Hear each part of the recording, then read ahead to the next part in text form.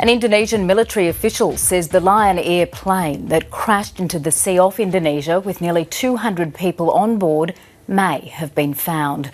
Indonesia correspondent Anne Barker joins us now from Jakarta. And searchers are optimistic they've found the location of the downed passenger plane. Kirsten, yes, we've heard from a military official who spoke to the media here at the port at Tanjung Priok this morning. They have searched an area that's much larger than what they searched on Monday and yesterday. It was a 15 nautical mile radius area compared to only 5 nautical miles on day one.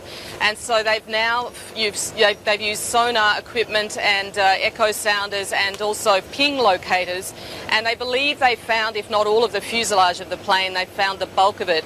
They will need to send divers there or other smaller boats to do a more thorough check, but they're confident that this will be the plane.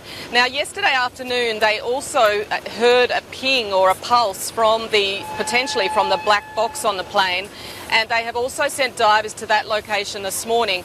We're not 100% sure whether those two locations are the same. We haven't been told that yet, but assuming that the flight data recorder and the cockpit recorder are still with the fuselage, then it may be a simple task of now just going to the site, finding the plane and going down and getting those out. It's only about 35 metres deep in that area of the Java Sea, so it could be a relatively easy task.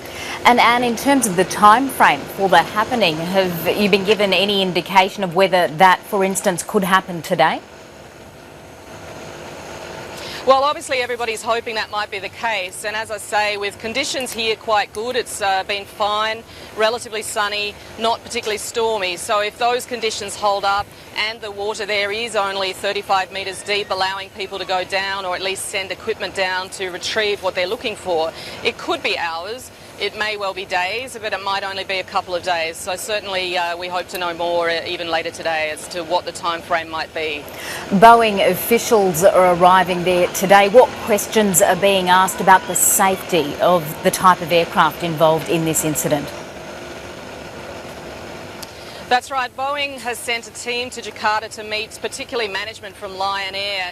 The questions could well be two ways. Certainly Lion Air will have questions about some of the technical controls on this plane, the 737 MAX 8, because we know that the pilot had reported technical issues just minutes before it crashed, and we also know Lion Air has confirmed there were technical issues on the same plane the day before on a flight from Bali to Jakarta. We've heard in that instance, for example, that the plane had very erratic speed and altitude, and passengers were reporting that it was a bit of a roller coaster ride. We know from a log that was handed to the BBC that suggested that the instrument panel on the pilot's side, the captain's side of the panel, was potentially faulty, and he had to hand controls to the first officer. So obviously Boeing will be addressing some of those issues. Lion Air will have a lot of questions about whether it might have been a problem with the plane when they bought it only a couple of months ago, or whether it might have been a maintenance issue.